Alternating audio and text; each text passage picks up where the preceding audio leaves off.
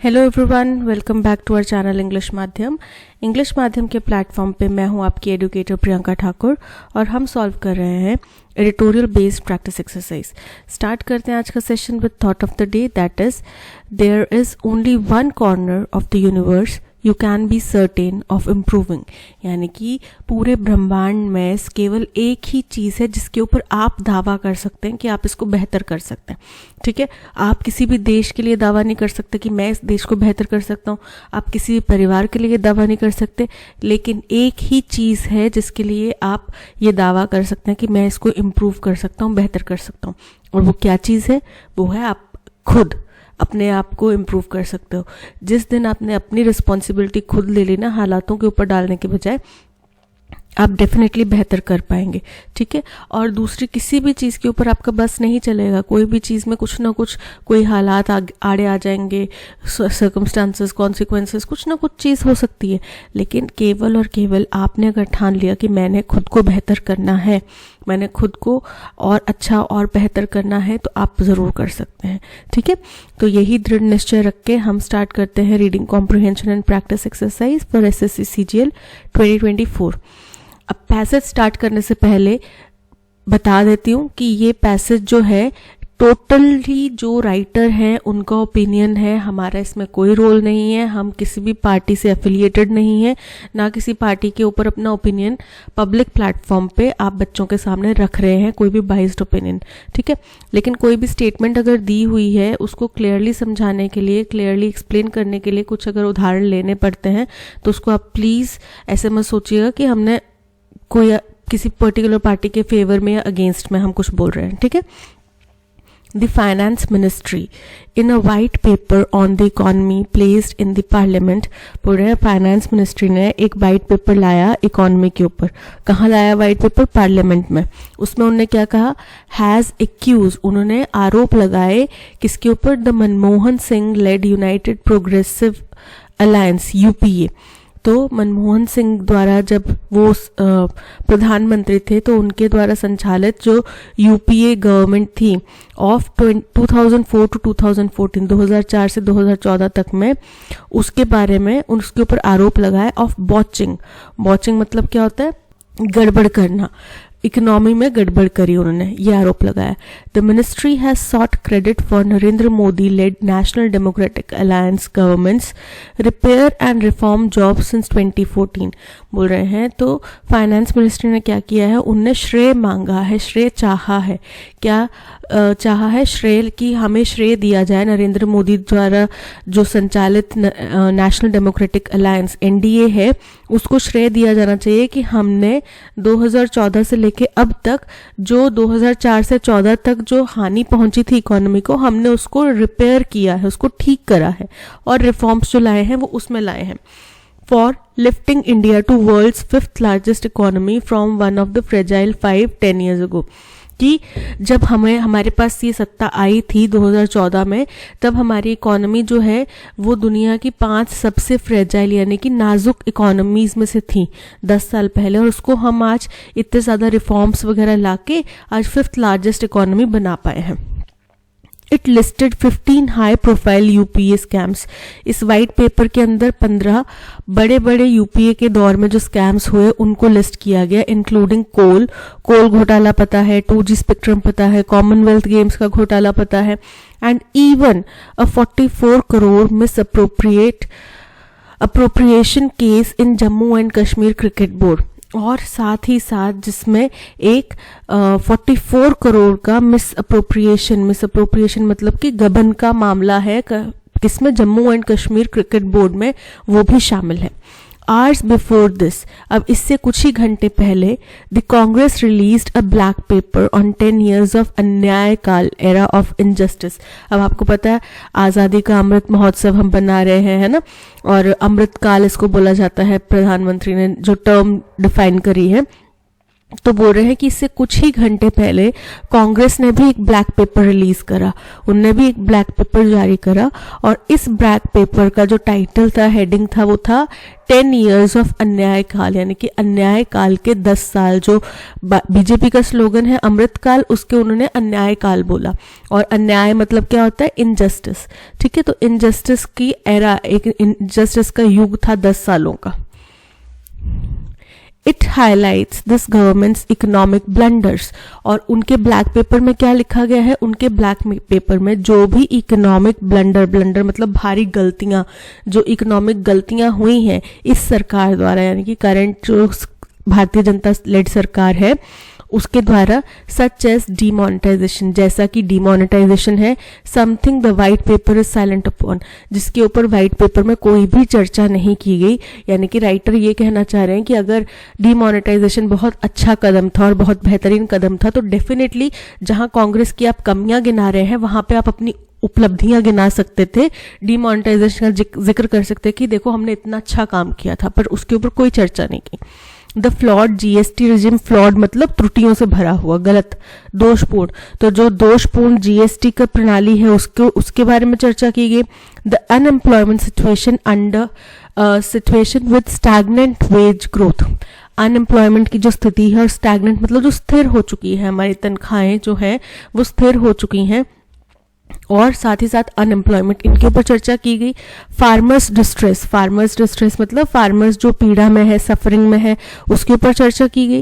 And high inflation despite crude oil prices being lower than in the UPA's time, और जो इतनी ज़्यादा महंगाई बढ़ चुकी है वो भी तब जब क्रूड ऑयल, कच्चे तेल की कीमतें जो हैं, जो यूपीए सरकार के दौर में कच्चे तेल की कीमतें थी उनसे बहुत कम है कीमत, फिर भी महंगाई जो इतनी बढ़ी है, इन सब मुद्दों के ऊपर इस ब्लैक पेपर में जिक्र किया गया।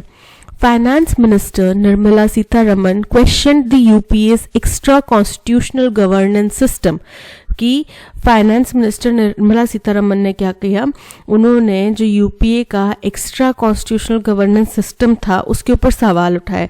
And doctor Singh's failure to undertake reforms that were still pending after the 1991 liberalisation rush, और डॉक्टर सिंह मतलब डॉक्टर मनमोहन सिंह का जो विफलता रही कि वो कोई भी रिफॉर्म्स जो है वो नहीं उठा पाए, रिफॉर्म्स को नहीं ला पाए, और खासतौर पे उनको जो अभी भी 1991 की लिबरलाइजेशन मतलब कि कुछ नीतियों में कुछ ढिलाई बरती गई थी, जिससे कि प्राइवेट प्लेयर्स जो है वो गवर्नमेंट सेक्टर्स में आ सके थे, और फिर कई सारी कंपनियों को ओपन किया गया था, हमारी मार्केट को ओपन किया गया था।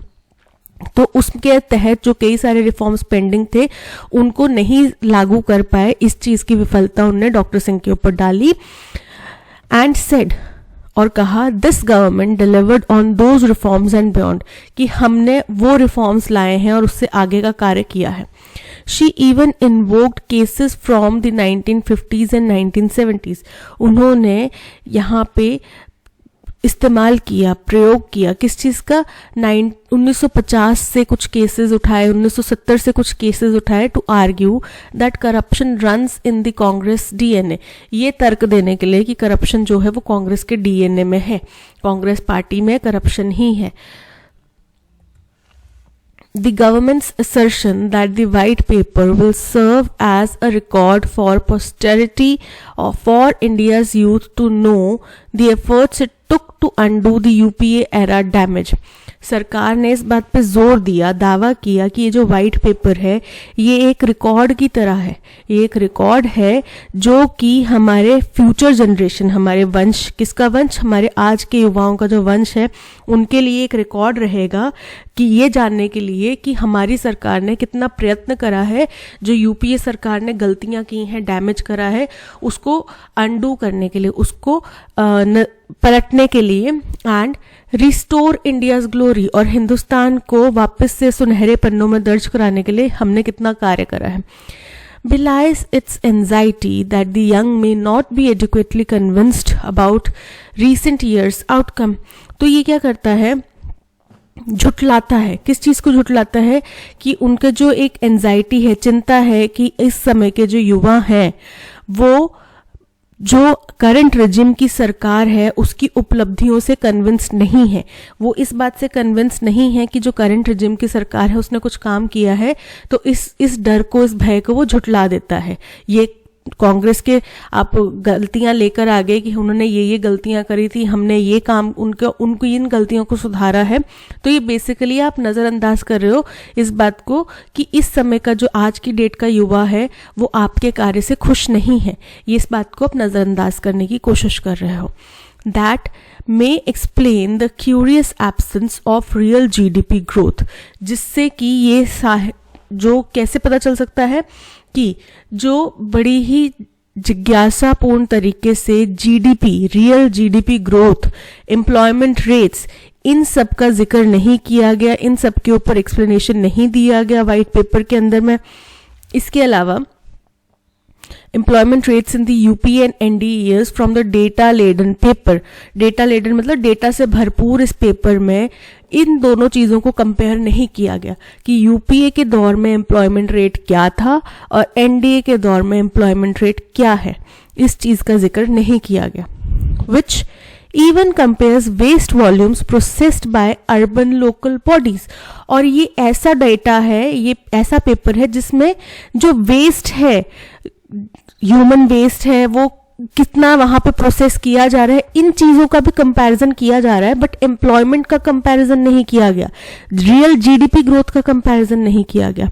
सो ये बोल रहे हैं, राइटर कहना चाह रहे हैं कि ये बड़े दुविधाजनक बात है, हैरानी की बात है कि आप ना इतना भरपूर डेटा से भरा हुआ पेपर लेकर आए जहां पे जो ह्यूमन वेस्ट है आप उसका भी वॉल्यूम कंपेयर कर रहे हो, अर्बन लोकल बॉडीज का उसका भी वॉल्यूम कंपेयर कर रहे हो कि भाई ये हमने प्रोसेसिंग करी है, लेकिन आप एम्प्लॉयमेंट रेट्स को, दोनों टर्म्स के एम्प्लॉयमेंट रेट्स को आप कंपेयर नहीं कर रहे हो, आप रियल जीडीपी ग्रोथ को दोनों टर्म्स की कंपेयर नहीं कर रहे हो। The paper argues the UPA failed to deliver GST and use Aadhaar effectively। बोल रहे हैं कि ये पेपर, वाइट पेपर जो है, ये तर्क देता है कि जो यूपीए है वो जीएसटी को डिलीवर कर पाने में, जीएसटी ला पाने में असमर्थ रही और आधार को भी वो प्रभावशाली ढंग से इस्तेमाल नहीं कर पाए, बिकॉज आधार को बहुत ज़्यादा हद तक मोदी जी के नाम से जोड़ा जाता है।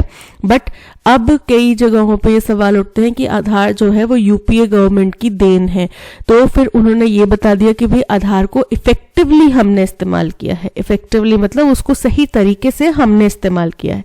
But The NDA embraced and delivered on both, लेकिन MDA ने दोनों को ही embrace करा, यानी कि दोनों को ही अपनाया और दोनों को ही अच्छे तरीके से जनता तक पहुंचाया।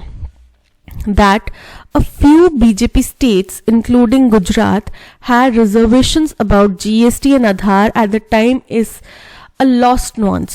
बोल रहे हैं, और ये तथ्य कि जिस टाइम पे जीएसटी और आधार की बात यूपीए गवर्नमेंट ने करी थी, उस टाइम पे बीजेपी से द्वारा चलाए जाने वाले कुछ राज्य जिसमें कि गुजरात भी शामिल था, वो लोग जीएसटी और आधार के विरोध में थे। ये बात अब लोग भूल चुके हैं। The NDA had a resounding majority twice। अब एनडीए के पास में भारी भरकम बहुमत रहा 2 बार, ठीक है, but has yet to find a conciliant approach to undertake critical pending factors। बोल रहे हैं, लेकिन अभी भी इन लोगों को एक सहमति वाली अप्रोच अपनाने में समय लगेगा। अभी तक ऐसा नहीं देखा गया कि ये कोई सहमति वाली अप्रोच अपना पाए हैं। किस चीज के लिए? अंडरटेक क्रिटिकल पेंडिंग फैक्टर, जो बहुत ही महत्वपूर्ण कुछ फैक्टर्स हैं मार्केट रिफॉर्म्स लाने के लिए, कुछ महत्वपूर्ण कदम हैं, उनको ले पाने में, उनको उठा पाने में ये सरकार जो है अभी भी एक सहमति बना पाने में नाकामयाब रही है। Reforms such as on land, जैसे कि जमीन के ऊपर बात की जाए, an ordinance approach was abandon in 2015, जिसके ऊपर एक ऑर्डिनेंस लाया गया था और जिसको 2015 में रद्द कर दिया गया।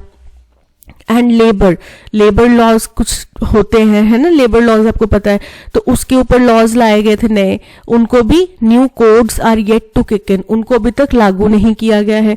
While it had to backtrack on farm sector reforms, और वहीं एक और हमें क्या करना पड़ा कि पीछे हटना पड़ा। जो 3 फार्म रिफॉर्म्स लाए गए थे, फार्म कानून लाए गए थे, एग्रीकल्चर कानून लाए गए थे, उनके ऊपर उनको वापस हटना पड़ा। The UPA was a rainbow कोalition। UPA की सरकार जो है वो अलग अलग गठबंधनों से मिलकर बनी थी, अलग अलग समूहों का गठबंधन था। That navigated tricky terrain such as telecom, जिन्होंने बहुत ही ट्रिकी मतलब बहुत ही पेचीदगी भरे जो एरियाज हैं उनको नेविगेट करा, यानी कि उनमें जगह बनाई, उनमें रास्ता तराशा। और वो कैसे थे? ट्रिकी टेरेन्स कौन से थे? जटिल एरियाज कौन से थे? जैसे कि टेलीकॉम एक जटिल एरिया था जिसमें यूपीए सरकार ने अच्छे से काम किया। इंश्योरेंस, एफडीआई लिबरलाइजेशन, उसके बाद में and the India US civil nuclear deal, इन सभी पहलुओं पे यूपीए जो है अच्छा काम कर पाई, ऐसा राइटर कह रहे हैं। India's reform journey has been marked by successive governments building on past efforts। तो हिंदुस्तान ऐसा नहीं कि एक कोई पर्टिकुलर सरकार आई उसने हिंदुस्तान को बस जमीन से उठा के आसमान पे ले गए, ऐसा नहीं है। हिंदुस्तान की जो रिफॉर्म्स की जर्नी रही है, हिंदुस्तान आज जिस भी मुकाम पे पहुंचा है इस मुकाम पे पहुंचने का सिर्फ और सिर्फ एकमात्र जरिया यही रहा है कि देखो भाई, आज अगर सपोज करो मैं सत्ता में हूं तो पिछली सरकार ने, मुझसे पिछली जो सरकार थी उसने कुछ कदम उठाए होंगे, इसमें से जो अच्छे कदम है मैं इनको और आगे लेके जाऊंगा, ठीक है, या जाऊंगी। और फिर कुछ नए कदम मैंने उठाए होंगे, जो आगे आएगी सरकार वो इन कदमों को और आगे लेके जाएगी। ऐसे करके रिफॉर्म्स आए हैं। तो यही वो कह रहे हैं राइटर कि हिंदुस्तान की जो रिफॉर्म की जर्नी है वो हमेशा से ऐसे ही रही है कि क्रमबद्ध तरीके से पिछली सरकार की जो एफर्ट्स थे उनको आगे आने वाली सरकार जो है वो आगे लेकर गई। रैदर देन रिवर्सिंग कोर्स, बजाय कि गाड़ी उल्टी चलाने की, गाड़ी उल्टी नहीं चलाई, उन्होंने हमेशा आगे की तरफ तरक्की करी है। एंड इन हिंडसाइट, और पीछे मुड़ के देखने पर, many opportunities may be considered missed और बंगल्ड।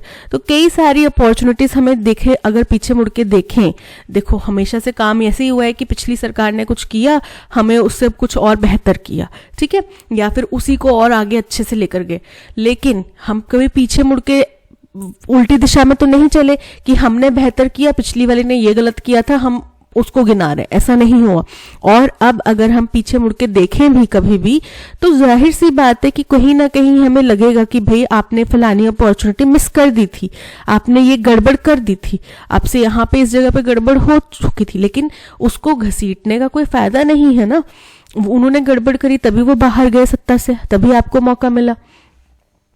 The paper seems to be an attempt to temper voters। तो ये जो पेपर है ये ऐसा माना जा रहा है कि एक प्रयास है किस चीज का?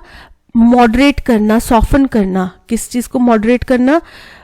वोटर्स को मॉडरेट करना। वोटर्स की जो बढ़ी हुई उम्मीदें थी इस सरकार से, जिसके पास में बहुमत था, विद अ मेजॉरिटी मैंडेट, जिसके पास में भारी बहुमत था, उस सरकार से जो वोटर्स की उम्मीदें थी उन उम्मीदों को थोड़ा स्लो डाउन कर देना, कम कर देना कि देखो भाई हमने पिछली सरकार से तो बेहतर काम किया है, हमने तो उनकी गलतियों को सुधारने में चले गए, हमारे तो इतने वर्ष, तो इसलिए आपसे अगर हमने कोई वादा किया होगा और रह गया होगा तो वो इसलिए रह गया।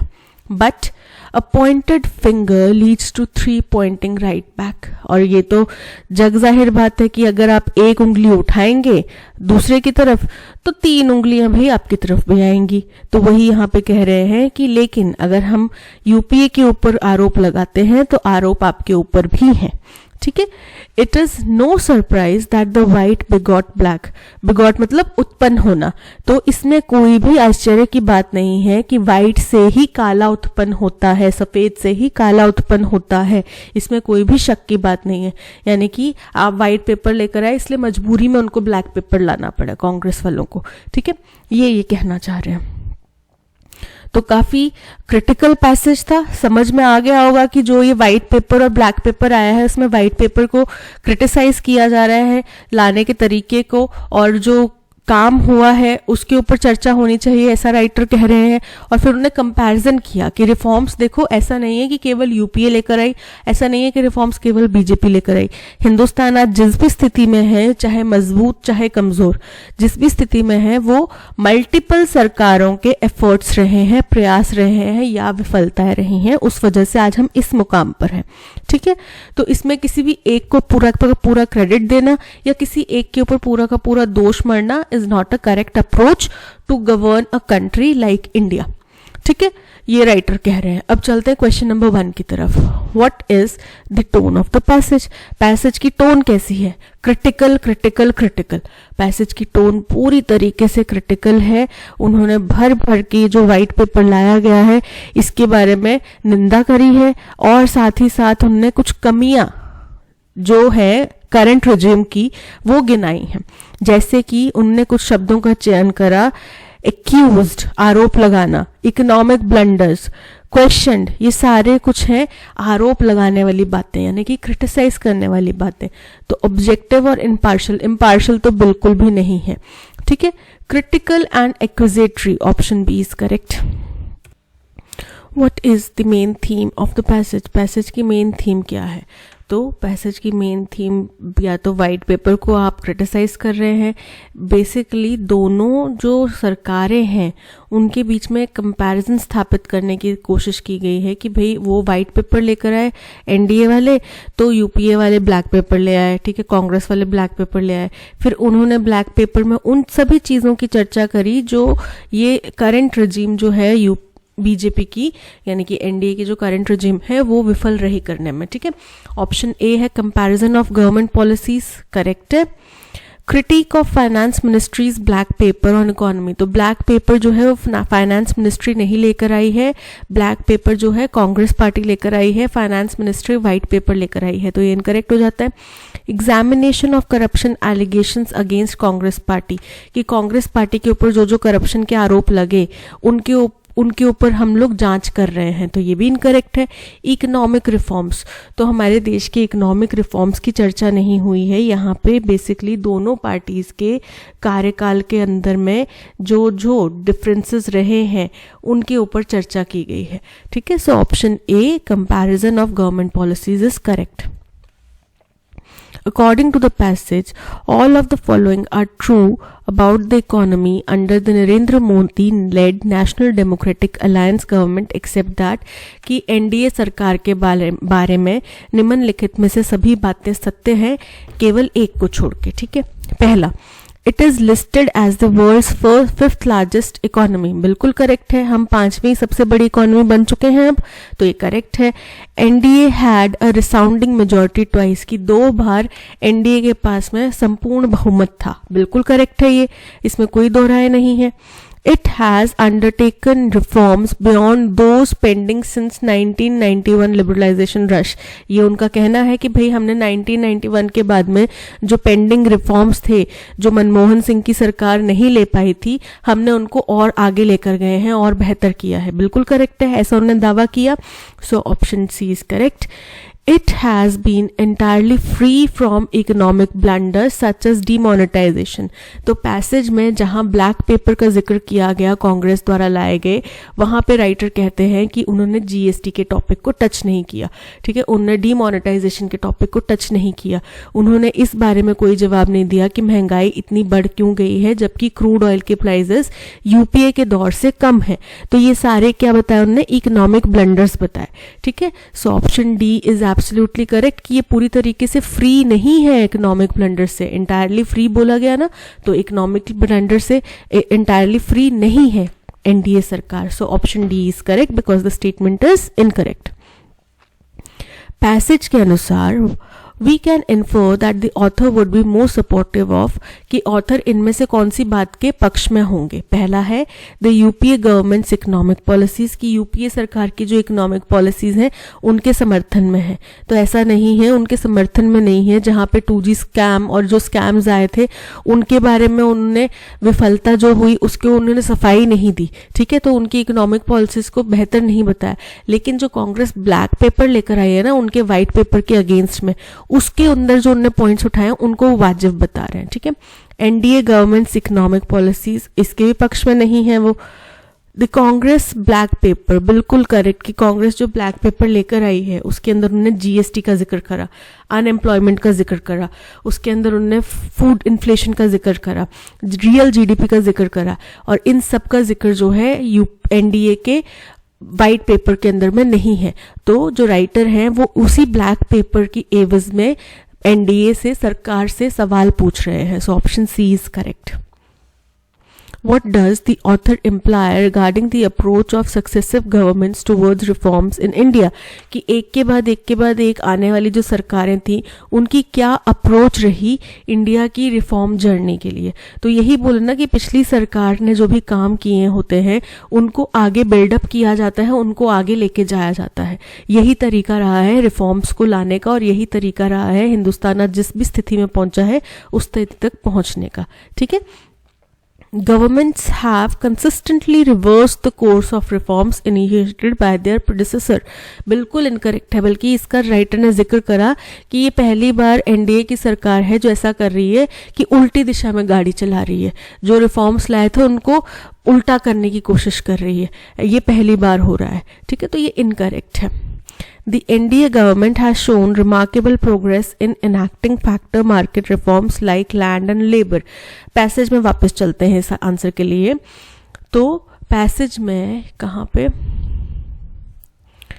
ये देखो कहा गया कि NDA had a resounding majority twice, की 2 बार उनके पास पूर्ण बहुमत थी, but has yet to find a conciliant approach to undertake critical pending factor market reforms such as on land and labor, while it had to backtrack on farm sector reforms, की अभी भी उनको करना बाकी है ये काम, ठीक है। तो वो कर नहीं चुके हैं, यहाँ पे क्या बोल रहे हैं कि वो कर चुके हैं, वो अच्छे रिफॉर्म्स लेकर आए हैं, जो कि इनकरेक्ट है। The UPA government was more successful in navigating complex reforms such as telecom and insurance. तो इसमें सक्सेसिव गवर्नमेंट्स का कोई हाथ नहीं हुआ, सक्सेसिव गवर्नमेंट्स की अप्रोच के बारे में हमें पता नहीं चला। यहाँ पे तो केवल जो पिछली हमारे प्रेडिसेसर जो सरकार थी, करंट रिजिम से पिछली जो सरकार थी, उसकी कुछ अच्छाइयों के बारे में गिनाया गया, उपलब्धियों के बारे में गिनाया गया, जो कि यहाँ पे हमारे क्वेश्चन का अप्रोच नहीं है, तो ये इनकरेक्ट हो जाता है। India's reform journey has been characterized by governments building on past efforts. बिल्कुल करेक्ट है कि पुराने प्रयासों को, पिछली सरकार के प्रयासों के ऊपर हम आगे और ज़्यादा रिफॉर्म्स लेकर आते हैं, ठीक है। अगर कभी एनडीए यूपीए के दौर में कभी लिबरलाइजेशन हुआ नहीं होता तो क्या आज हम इस डेवलपमेंट की स्थिति में पहुंचे होते हैं? नहीं पहुंचे होते ना। बट उस लिबरलाइजेशन के लिए आप वापस बोलेंगे कि नहीं भाई आपने लिबरलाइजेशन भी गलत तरीके से किया, हो सकता है कुछ गलतियां हुई हो, बट आप उसको अगर क्रिटिसाइज करने बैठेंगे तो हम जो आज हम कर सकते हैं उसके ऊपर फोकस नहीं कर पाएंगे, राइट। पास्ट इज पास्ट, हो गई गलती, अब उसको लेके आप सारी उम्र रोते रहोगे तो आगे कैसे बढ़ोगे, राइट। आप अगर किसी एग्जाम में फेल हो जाते हो तो आप उस गलती से सीख के आगे बढ़ते हो, बार बार उसी गलती का जिक्र करते रहोगे कि मैंने ऐसा किया था, तो आप आगे कैसे बढ़ोगे? आपका दिमाग वो पुरानी गलती के ऊपर ही अटका रहेगा, ठीक है। तो बोल रहे हैं कि पुरानी गवर्नमेंट्स की जो भी रिफॉर्म्स होते हैं उनके और ज़्यादा प्रयास लगा के और ज़्यादा बिल्डअप करते हैं with some missed opportunities along the way. और इस पूरे रास्ते में, इस पूरी जर्नी में कुछ ना कुछ अपॉर्चुनिटीज छूट जाती हैं, ठीक है। तो उनका रोना पीटना तो नहीं बैठ सकते ना। सो option D is absolutely correct. Okay, अब यहाँ पे ग्रामेटिकल एरर हमें बताना है।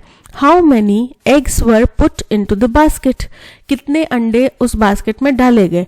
बिल्कुल करेक्ट है। हाउ मैनी बहुत सारे हैं तो वर आएगा, ठीक है। Eggs put into the basket एकदम करेक्ट है, no error. Option B, no error is correct. This app is a very dash one for online shopping. Amazon जो है ऑनलाइन शॉपिंग के लिए बहुत ही कन्वीनियंट ऐप है, तो वो आपके लिए कन्वीनियंट यानी कि एक सुविधाजनक, कुछ आसान एक्सपीरियंस बना देती है, राइट। अब कन्वीनियंस क्या है? कन्वीनियंस एक नाउन है, यहाँ पे नाउन की हमें जरूरत नहीं है। कॉम्पिटेंसी मतलब सामर्थ्य, तो यहाँ पे सामर्थ्य भी फिट नहीं बैठ रहा। कन्वीनियंट यानी कि सुविधाजनक, option C is correct. Capable again सक्षम होना, तो यहाँ पे सक्षम होना भी फिट नहीं बैठता, यहाँ पे आता है convenient one for online shopping. We might as well watch a film on TV as there's nothing much to do. अब यहाँ पे जो अंडरलाइन पार्ट है इसमें अगर कोई इम्प्रूवमेंट चाहिए तो कर दो, नहीं चाहिए तो नो इम्प्रूवमेंट रिक्वायर्ड लिख दो, ठीक है, उसके ऊपर टिक कर दो. तो हम भी शायद फिल्म देखें टीवी के ऊपर क्योंकि हमारे पास भी कुछ करने के लिए है नहीं, ठीक है. तो बिल्कुल करेक्ट है स्टेटमेंट, कोई यहाँ पे एरर नहीं है, कोई इम्प्रूवमेंट रिक्वायर्ड नहीं है, no improvement required. All the inmates were rescued from the building by the firemen. अब by के साथ में जो आता है वो क्या होता है, हमारा सब्जेक्ट होता है, ठीक है. अब किस में बदलना होगा, एक्टिव वॉइस में बदलना है. ये सब्जेक्ट है, सब्जेक्ट पहले आ जाएगा दी फायरमैन. अब वर रेस्क्यूड पास की घटना है तो दी फायरमैन रेस्क्यूड क्या है, हमारा वर्ब है. रेस्क्यूड किनको रेस्क्यू किया गया, all the inmates. rescued all the inmates from the building. The firemen are rescuing, अभी भी कर रहे हैं रेस्क्यू, इनकरेक्ट है. The firemen have been rescuing, तो पहले से शुरू कर रहे थे, पास्ट में करना स्टार्ट किया था, अभी तक कर रहे हैं, इनकरेक्ट है. The firemen have rescued all the inmates. तो यहाँ पे have इस्तेमाल नहीं होगा, the fireman है सिंपल, आप उसमें have इस्तेमाल करने की जरूरत नहीं है, इनकरेक्ट है. The firemen rescued all the inmates from the building. Option D is correct. We have not met some of our friends since 6 months. देखो for और since दोनों ही टाइम के साथ में इस्तेमाल करते हैं. जब एक particular time period, time duration आपको बताई गई हो, 6 महीने, साल, 1 ईयर, 6 मंथ्स, ठीक है, तो आप बोलेंगे फॉर 1 ईयर, फॉर 6 मंथ्स, ठीक है. लेकिन जब आपको उस टाइम पीरियड की शुरुआत बताई गई हो कि 1990 से लेके, ठीक है, 1990 से लेके, तो सिंस 1990, ठीक है. कई सारी शॉप्स होती हैं, शॉप्स के ऊपर पहले शॉप का नाम लिखा होता है और कब से ये शॉप स्थापित हुई थी वो ईयर लिखा होता है, सिंस 1870 या सिंस 2040, ऐसा कुछ भी वहां पे लिखा होता है, ठीक है. तो वो सिंस क्या है, वो उसकी शुरुआत, उसकी बिगनिंग बताता है. तो जब बात बिगनिंग की हो तो सिंस आता है. यहाँ पे 6 महीने के लिए तो ये बिगनिंग तो नहीं है, तो सिंस नहीं आएगा. टाइम ड्यूरेशन है ना, 6 महीने एक पर्टिकुलर टाइम ड्यूरेशन है, ठीक है. तो क्या आएगा, फॉर 6 मंथ्स. क्या आएगा, फॉर 6 मंथ्स. तो सिंस की बजाय क्या आएगा, for. Option A is correct. All the prize winning books have been displayed on the tables. जितनी भी प्राइज विनिंग किताबें हैं उनको हमने टेबल पे सजा के रख दिया है, डिस्प्ले कर दिया है. अब इसको एक्टिव वॉइस में कन्वर्ट करना है तो कैसे बोलेंगे, हैव बीन डिस्प्लेड. हमने डिस्प्ले कर दिया है ना, हमारी बात आ रही है, तो वी हैव डिस्प्लेड. अब क्या डिस्प्ले किया है, all the prize winning books on the table, ठीक है. वी हैव टू डिस्प्ले, हमें करना है डिस्प्ले, करना नहीं, हमने कर दिया है. वी आर डिस्प्लेइंग, हम कर रहे हैं डिस्प्ले, कर नहीं रहे हैं. We have displayed all the prize winning books on the tables. Option C is correct. The examination or observation of one's own mental and emotional processes. जब हम आत्ममंथन करते हैं, ठीक है, जब हम आत्मचिंतन करते हैं तो उसको क्या बोला जाता है, इंट्रोस्पेक्शन. क्या बोला जाता है, इंट्रोस्पेक्शन. असेसमेंट, असेसमेंट मतलब मूल्यांकन. इंट्रोस्पेक्शन आत्ममंथन. इंस्पेक्शन जांच निरीक्षण. वैल्यूएशन मूल्यांकन. Option B introspection is correct. Schools are closed for the Christmas and winter break at this time of the year. साल के इस समय में स्कूल जो है वो क्रिसमस और विंटर ब्रेक के लिए बंद होते हैं. 25 दिसंबर से लेके जनवरी के कुछ दिन, 14-15 जनवरी तक, ठीक है, वो किस लिए होते हैं, क्रिसमस और विंटर ब्रेक. तो this time of the year, कौन सा टाइम हमें नहीं पता. Christmas and New Year are the time of the year to celebrate, यानी कि इस टाइम की बात कर रहे हैं जब क्रिसमस और नया साल आता है. तो क्रिसमस और नया साल जो है वो ऐसा समय है साल का जो कि सेलिब्रेट किया जाता है. तो बी हमारा फर्स्ट स्टेटमेंट होगा, क्योंकि यहाँ पे क्रिसमस और न्यू ईयर और उस साल के उस समय के बारे में जिक्र किया गया है, इंट्रोडक्शन दिया गया है. All over the city, winter carnivals and Christmas bazaars lend fun and warmth in the cold. बोल रहे हैं पूरे शहर भर में विंटर कार्निवल्स, मेले जैसे लगते हैं, ठीक है, और क्रिसमस बाजार लगते हैं, जिससे कि लोगों को हंसी खुशी का, गर्माहट का एहसास होता है इतनी ठंड में भी. For the second time in a row, लगातार दूसरी बार, we are likely to see restraint celebrations. अब हमें एक लिमिट में, बंदिश में अपने सेलिब्रेशंस करने पड़ेंगे. For the fear of pandemic raising it's अगली हेड अगेन, क्योंकि हमें डर है कि पेंडेमिक जो है वो दोबारा से उठ खड़ा हो रहा है, दोबारा से उसकी लहर आ रही है. ठीक है, तो फर्स्ट स्टेटमेंट होगा क्रिसमस और न्यू ईयर वाला, जहाँ पे इंट्रोडक्शन दिया गया. इस दौरान में स्कूल्स क्लोज्ड होते हैं क्रिसमस और विंटर ब्रेक के लिए. ये हो गया सेकेंड टाइम. फिर सेकेंड पॉइंट, थर्ड पॉइंट होगा कि पूरे शहर भर में मेले लगते हैं, विंटर मेले लगते हैं, कार्निवल्स होते हैं, क्रिसमस बाजार लगता है. ठीक है, ये हो गया थर्ड पॉइंट. और फाइनल पॉइंट होगा कि अब लगातार दूसरी बार है, दूसरा साल है जब हमें क्रिसमस जो है वो रिस्ट्रेंड यानी कि बंदिशों में, दायरों में सेलिब्रेट करनी पड़ेगी. तो अरेंजमेंट क्या बन रहा है? BACD, BADC, BACD, option B is correct. When I asked for an expensive dress for my friend's wedding, my mother reminded me that money does not grow on trees. तो जब मैंने एक महंगी ड्रेस मांगी अपनी फ्रेंड की शादी के लिए, तो मेरी माँ ने मुझे याद दिलाया कि पैसे जो है पेड़ पे नहीं उगते. ठीक है, अब इसका मतलब क्या है? पैसे पेड़ पे उगने का मतलब क्या है कि पैसे आपको ऐसे ही नहीं राह चलते मिल जाते, उसके लिए आपको मेहनत करनी पड़ती है. ठीक है, और अबंडेंस में नहीं होता, लिमिटेड होता है. Money is freely available to spend, कि हमारे पास बेतहाशा पैसा है, आप जितना मर्जी खर्च कर लो, इनकरेक्ट है. Money is like leaves of a tree and freely available, कि पैसा जो है पेड़ की पत्तियों जैसा है और वो हमें कहीं भी मिल सकता है. किसी के भी घर में पेड़ लगा होगा, जाओ उसमें से पेड़ की पत्तियां तोड़ लो, पैसा बन गया, ऐसा तो नहीं होता, इनकरेक्ट है. Money grows on shrubs and there's plenty, कि झाड़ियों पे उगता है पेड़ और बहुत मात्रा में उगता है, तो ये भी इनकरेक्ट है. Money is hard earned and limited, money बहुत मेहनत से कमाया जाता है और थोड़ा होता है, लिमिटेड होता है, option D is correct.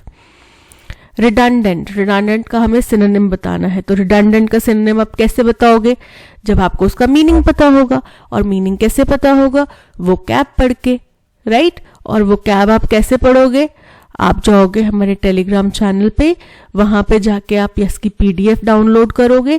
PDF download करके आप आर्टिकल पहले पढ़ोगे और उसके ऊपर हाईलाइटेड पार्ट्स में वो कैब दी गई है, आप वो कैब पढ़ोगे. दिन में 3 बार आपने वो कैब पढ़नी है, हर दिन की PDF आपने डाउनलोड करनी है. और इसके बाद में आप लगातार हर दिन 3 बार उस दिन की PDF को पढ़ेंगे. शुरुआत एक PDF से करो, जब प्रैक्टिस अच्छी हो जाए, अच्छे से आपको समझ में आने लग जाए, तब आप तीनों PDFs डाउनलोड कर लो. ठीक है. रिडंडेंट का मतलब क्या होता है? रिडंडेंट का मतलब होता है एक्स्ट्रा, कुछ चीज जो एक्स्ट्रा है, जिसकी जरूरत नहीं है बट सरप्लस में है. सुपरफ्लुअस, सुपरफ्लुअस अगेन कोई चीज एक्स्ट्रा है जिसकी जरूरत नहीं है बट वो एक्स्ट्रा है. ठीक है. एरोगेंट, एरोगेंट मतलब घमंडी, अभिमानी. एसेंशियल मतलब जरूरी. इग्नोरेंट मतलब अज्ञानी. तो यहाँ पे option A superfluous is correct. अर्ज, अर्ज का हमें क्या चाहिए? सिनोनिम चाहिए. अर्ज का मतलब क्या होता है? प्रेरित करना. ठीक है, किसी चीज की तरफ आकर्षित होना, उत्सुक होना, प्रेरित होना. रिप्लाई, रिप्लाई का मतलब होता है जवाब देना. रिफ्यूज मतलब मना करना. प्रोटेस्ट मतलब विरोध करना. अपील मतलब कि आकर्षित करना. ठीक है, तो यहां पे ऑप्शन डी क्या हो गया? अपील, अर्ज का सिनोनिम हो गया. The teacher said, Asif go and wash your hands. Teacher ने आसिफ को बोला कि जाओ यार हाथ धोकर आओ आसिफ. तो अब इसको हमने रिपोर्टेड स्पीच में कन्वर्ट करना है. कैसे करेंगे? The teacher told Asif to go and wash his hands. Your की बजाय क्या आ जाएगा? His hands. ठीक है, the teacher told Asif go and wash your hands. To go आएगा, ठीक है, और योर नहीं आएगा, हिज आएगा. The teacher told Asif to go and wash his hands. His hands वाला पार्ट करेक्ट, लेकिन टू आना चाहिए साथ में, इनकरेक्ट हो गया. The teacher told to Asif to go and wash his hands, यहाँ पे टू का इस्तेमाल क्या है, सुपरफ्लुअस, जो हमने बोला ना एक्स्ट्रा है, जरूरत नहीं है इसकी, तो ये टू का जो इस्तेमाल है वो सुपरफ्लुअस है. Okay. The teacher told Asif to go and wash his hands. Option D is correct. Lie low, lie low का मतलब होता है ध्यान केंद्रित ना करने की, मतलब अपनी तरफ ध्यान आकर्षित ना करने की कोशिश करना.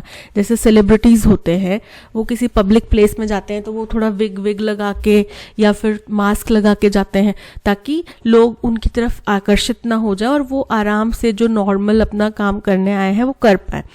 Sit on a low chair, एक नीचे हाइट वाली, कम हाइट वाली कुर्सी पे बैठना, इनकरेक्ट है. Lie down and relax after tiring day, कि एक बड़े लंबे थका देने वाले दिन के बाद में निश्चिंत होके लेट जाना, इनकरेक्ट है. Fly a plane at a low altitude, एक जहाज उड़ाना जो कि कम ऊंचाई पे हो, तो इनकरेक्ट है. Try not to be noticed, कोशिश करना कि आपको लोग नोटिस ना करें, option D is correct.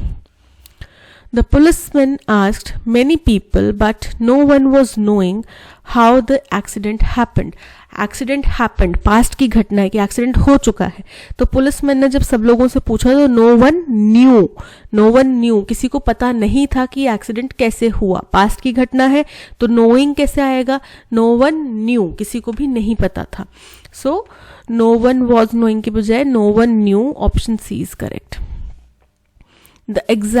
In exactly the same words as the original, कि जैसे ओरिजिनल में लिखा गया हो सेम टू सेम वैसे ही शब्दों का प्रयोग करना, वैसे ही शब्दों में लिखना, तो उसको बोला जाता है वर्बेटम. वर्बेटम का मतलब क्या होता है कि सेम टू सेम शब्दों को में लिखना, जैसा ओरिजिनल हो वैसे ही शब्दों में लिखना. कॉपी मतलब नकल करना.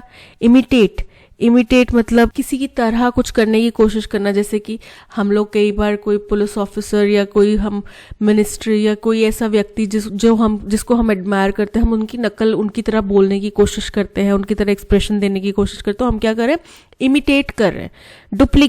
डुप्लीकेट मतलब किसी का एक्स्ट्रा, एकदम सेम टू सेम कॉपी जो हो किसी की, व्यक्ति की, उसको बोला जाता है डुप्लीकेट. सो यहाँ पे option A verbatim is correct. New cycle routes have been built in and around the center of Birmingham and speed limits have been dash on selected roads. कि बर्मिंगम क्या है, बर्मिंगम लंदन में UK में एक जगह है, ठीक है, जहाँ पे क्वीन और किंग रहते हैं. बर्मिंगम पैलेस का नाम सुना होगा, तो बोल रहे हैं बर्मिंगम के इर्द गिर्द, इन एंड अराउंड, और बर्मिंगम शहर में भी और उसके इर्द गिर्द भी नए साइकिल के रास्ते बनाए गए हैं और स्पीड लिमिट्स जो हैं वो सेट कर दी गई हैं. स्पीड लिमिट्स हैव बीन, अब डैश क्या है, यहाँ पे सेट करना भी हो सकता है, मार्क करना भी हो सकता है, कुछ चुने हुए सिलेक्टेड रोड्स के ऊपर स्पीड लिमिट्स तय करना भी हो सकता है, ठीक है. The scheme has now been in dash for a year, तो अब ये स्कीम जो है प्रचलन में, हो सकता है कि ये स्कीम लागू हुए 1 साल हो चुका है, तो 1 साल से प्रचलन में है. And has been held as a dash success, और इसकी तारीफ हो रही है, प्रशंसा हो रही है कि बहुत ज़्यादा सक्सेसफुल हुई है शायद. Since the new speed limits were dash, जब से नई स्पीड लिमिट्स डैश की गई, the number of accidents in the area have fallen dash, तब से जो एक्सीडेंट्स की संख्या है वो भी गिरावट की तरफ आ गई होगी शायद. पहला देखते हैं. New cycle routes have been built in and around the centre of Birmingham and speed limits have been dash. Speed limits have been dash on selected route. Shorten मतलब कम करना, छोटा कर देना. स्केल्ड मतलब तोड़ना. लेसन मतलब भी कम करना, और रिड्यूस्ड मतलब कम कर देना, घटा देना. तो यहाँ पे स्पीड लिमिट्स को कम किया जा सकता है, रिड्यूस किया जा सकता है. Option D is correct. The scheme has now been in, अब स्कीम क्या है, तब से लेके अब तक लागू है ना. Operation, now been in operation, option A is correct, कि अभी लागू है, ये सक्रिय है. एक्टिविटी मतलब कुछ गतिविधि. प्रोसेस मतलब प्रक्रिया. एजेंसी यानी कि कोई भी प्रतिष्ठान जो होता है उसको बोला जाता है एजेंसी, तो यहाँ पे operation, option A is correct. For a year and has been held as, अब इसको कैसे प्रचारित किया जा रहा है, एज अ ग्रेट सक्सेस, इसको बहुत बड़ी सक्सेस, ग्रेटर सक्सेस, मोर ग्रेटर सक्सेस, ग्रेटेस्ट सक्सेस, ये कंपैरेटिव डिग्रीज हैं। ऑप्शन डी ग्रेट सक्सेस की बहुत कामयाब रही है स्कीम, तो ये कंपैरिजन नहीं हो रहा, सिंपल स्कीम के बारे में आप बता रहे हो कि बहुत कामयाब रही है, ऐसा प्रचारित किया जा रहा है। Since the new speed limits were compelled का मतलब होता है मजबूर करना, डिक्टेटेड मतलब कि निर्देशित करना, एनफोर्स मतलब लागू करना, और एग्जैक्टेड मतलब कि जबरन किसी चीज को पा लेना। तो यहाँ पे ऑप्शन सी एनफोर्स की बात है कि जब से नई स्पीड लिमिट्स लागू की गई हैं, the number of accidents in the area have fallen dash desperately की मतलब बड़े ही अर्जेंसी से, बड़े ही ताकत से, मजबूती से। एक्सट्रीमली का मतलब होता है बहुत ही हाई डिग्री से, ठीक है, बहुत ही ज्यादा अधिकतम स्तर से। ड्रास्टिकली यानी कि बहुत ही तेजी से, बहुत अधिक मात्रा में, और टेरिबली यानी कि बहुत ही भयानक तरीके से। तो यहाँ पे हैव फॉलन ड्रास्टिकली, बहुत तेजी से गिरावट आई है। Option C is correct. That's all, आज के पैसेज में इतना ही। Thank you so much for watching. अगर कंटेंट पसंद आया हो तो लाइक, शेयर और सब्सक्राइब जरूर कीजिएगा। PDF आप टेलीग्राम चैनल से डाउनलोड कर सकते हैं, जिसका लिंक आपको डिस्क्रिप्शन बॉक्स में दे दिया गया है। इसके अलावा प्ले स्टोर से ऐप भी डाउनलोड कर सकते हैं। लाइक, शेयर और सब्सक्राइब करना मत भूलिएगा। मिलते हैं नेक्स्ट सेशन में। Till then keep learning and keep practising. Bye bye.